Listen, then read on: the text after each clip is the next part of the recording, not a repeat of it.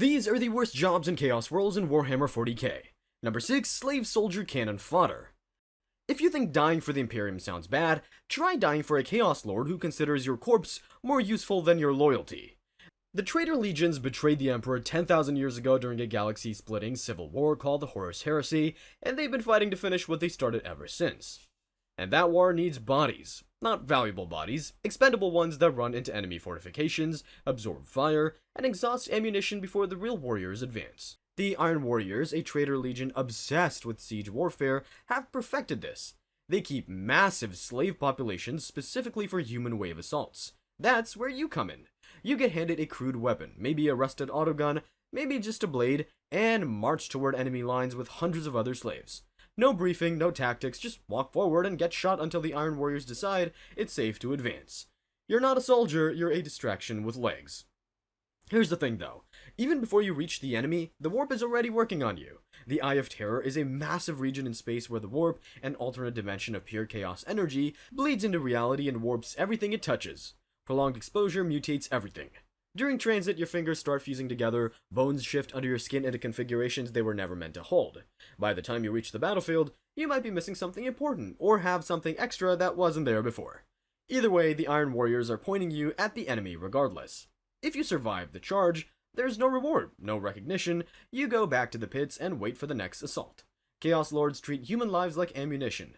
Spend what you need, resupply when you run low. The Long War has been running for 10,000 years. They haven't run low yet. Number 5. Cathedral Construction Slave on Sicarus.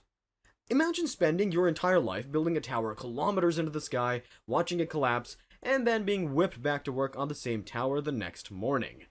Every morning. For the rest of your life. And the people cracking the whip consider this a privilege. The Word Bearers are the traitor legion dedicated to worshipping the Chaos Gods. Their demon world Sicarus is covered in towering cathedrals, temples, and spires stacked kilometers high. They always need more, so they keep millions of slaves and work them until they drop. That's the job. You haul stone, you operate cranes, you build, shifts run until you physically can continue, and then they start again. Overseers whip you back into line while Dark Apostles, the Word Bearers' religious leaders, chant prayers continuously overhead. Those prayers aren't just noise, they carry psychic weight, a kind of mental pressure that builds slowly over time. Slaves call what happens despair madness. It's not dramatic, it's quiet. The pointlessness of the work hollows you out until you stop caring about anything except the next stone. The Word Bearers call this spiritual progress. The spires collapse constantly, crushing whoever is still on them. Then the survivors get driven straight back into rebuilding. You might spend years on a single structure, watch it reach toward the sky, then watch it come down in a week. Then you build it again. Sisyphus had it easy, at least his boulder was the same weight every time. When you can't work anymore, the architecture handles it. The altars built into the walls automatically impale weakened workers and collect the blood for rituals. The Word Bearers designed this deliberately. You work until you collapse, and then you're useful in a different way. Either outcome serves their gods, so they genuinely don't care which comes first. The Word Bearers call that efficiency. Everyone else calls it something you can't say in a cathedral. Number 4. Slave pit labor on Medringard. The Iron Warriors don't believe in comfortable slaves. They believe in work quotas. The difference between the two is several kilometers of ash-choked tunnel and something hungry living at the bottom. Medringard is the Iron Warriors' fortress world, covered entirely in blackstone fortifications that extend downward to the planet's molten core. It needs constant expansion. That falls to slaves like you. You haul stone through ash-choked tunnels in chained teams. The air coats your lungs with particulate that builds up over time. Geothermal vents periodically blast superheated steam through passages, stripping flesh from bone in seconds. The quotas aren't designed for sustainable labor, they design for total breakdown because the Iron Warriors don't need you to last, they just need the work done. When your team collapses, the next team steps over them and keeps going. Nobody stops, nobody checks. The deeper tunnels have the unfleshed. These are the failed results of Iron Warriors' experiments to mass-produce space marines, massive skinless humanoids that came out wrong. Too mutated to be useful and too resilient to die, left to wander the lower passages. They're cannibalistic, they hunt by smell, and they're always hungry. Slave teams that fall behind schedule get pushed into their territory, keep pace, or become food. The Iron Warriors call this efficient motivation, which tells you everything about how the Iron Warriors define efficiency. When a warsmith, an Iron Warriors commander, decides productivity's down, he executes an entire work shift to make a point. The pits fill with bodies. New slaves arrive within days because the supply never runs out. Every warsmith wants to build bigger and deeper than his rivals, building requires bodies, and there are always bodies. This has been true for 10,000 years and shows no sign of stopping. Number 3. Flesh Mill Factory Slave on Xana 2.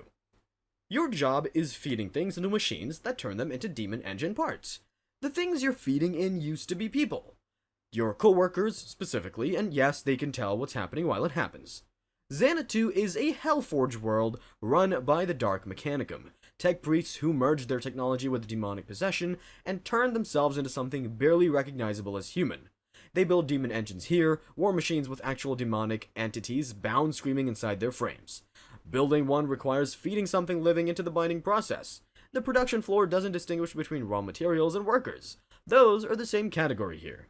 You're assigned to an assembly line and the work is exactly what it sounds like. Moving parts, loading machinery, feeding the process. Fall behind on quota and you become the material. The engines scream during construction because whatever got bound inside is still aware of what happened to it. That sound doesn't stop after the binding completes.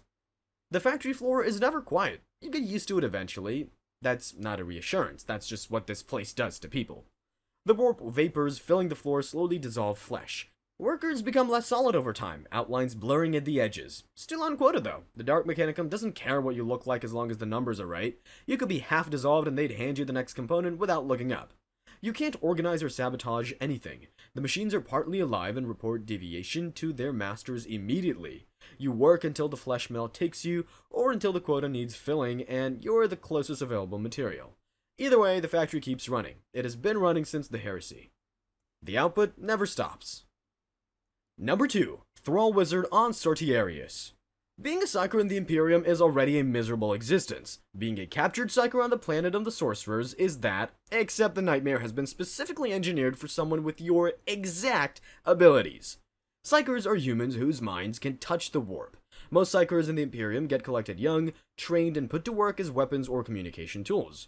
If you're unlucky enough to get captured by the Thousand Sons, a traitor legion made almost entirely of psykers, you end up on Sortiarius instead. Their demon world has shifting continents, volcanic storms, and skies that bleed warp energy constantly. The Thousand Sons conduct rituals here constantly, dangerous ones, and those rituals need labor. That's you. Soul shackles bind your mind directly to a sorcerer master. Think of it like a leash connecting two minds. You channel warp energy for his rituals, maintain his psychic defenses, and handle the preliminary work he doesn't want to risk himself on. And because the bond runs both ways, you feel everything he does during the ritual. His power, his concentration, and the psychic feedback when something goes wrong. It doesn't go wrong for him, it goes wrong for you. That's the arrangement. Every ritual risks the flesh change. Tzeentch, the chaos god the Thousand Sons serve, embodies change and mutation, and channeling his energy accelerates that unpredictably. Limbs become tentacles mid-chant. Eyes multiply across your skin. The soul bond amplifies the feedback through the connection, which turns each ritual into something that physically fractures the mind. Your master is fine, of course, that's the whole point of having you there. Failure means the spawn pits. Chaos spawn are what happens when mutation goes so far that the body loses all coherent function, but the warp keeps it moving anyway. Gibbering masses of flesh that were once human. You don't die in the pit, you transform into one. And somewhere inside whatever you become, awareness persists with no way to communicate it, and no way to end it. The Thousand Sons consider the spawn pits a resource. Of course they do. The planet itself compounds everything. Sortiarius follows Tzeentch's logic rather than physical law. Corridors recurse, architecture shifts between your shifts, the geometry alone breaks minds over time. Some Thrall-wizards lose their sanity just navigating to work before the rituals even get the chance. Number 1. Demonculaba incubator on Medrengard. The Iron Warriors had a recruitment problem. They solved it, and if you're a woman in Medrengard slave pits, that solution is your problem now.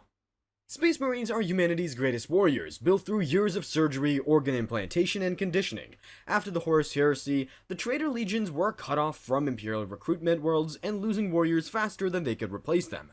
The Iron Warriors needed something faster, more industrial, so Warsmith Hansu developed the Demonculaba, a process that uses warp ritual to compress years of Space Marine gestation into days, using living human bodies as the incubators.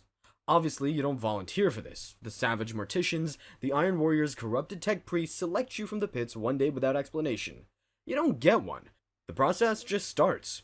A young boy from the slave population gets surgically implanted into your modified abdominal cavity. Warp rituals accelerate what follows. Days stretch like months, what's growing inside makes the organs shift, bones crack and reset. Your body has no choice but to change, and there's nothing to stop you from feeling all of it. Pain management is whatever keeps you functional enough to complete the cycle. That's the entire extent of the care involved. Most don't survive the first cycle. The ones who do get prepared for another immediately. No recovery period. No acknowledgement of what just happened. The quota doesn't pause for you. The Marines that emerge are often flawed, skinless, screaming, half mad from the process. The Iron Warriors throw them into combat anyway because a flawed Marine still kills and the pipeline produces more. By the time those Marines reach a battlefield, you're already in the next cycle. The Ultramarines found these chambers during the Storm of Iron campaign in M41 and burned everything. Not because chaos horrified them after 10,000 years of war, but because even Space Marines who had seen everything looked at this specifically and decided it couldn't wait. They destroyed the facilities completely. The Iron Warriors rebuild, the Eye of Terror is vast, and the Ultramarines can't be everywhere. The process continues. Well, that's 6 jobs that make dying for the Imperium look like a reasonable career choice. At least the Imperium occasionally pretends it values you. Chaos doesn't even bother pretending. You're a resource, you get used, and when you're used up, there's always someone in the pits to replace you. Thanks for watching, subscribe for more 40k, and remember, no matter how bad your Monday is, at least you don't live in the Eye of Terror.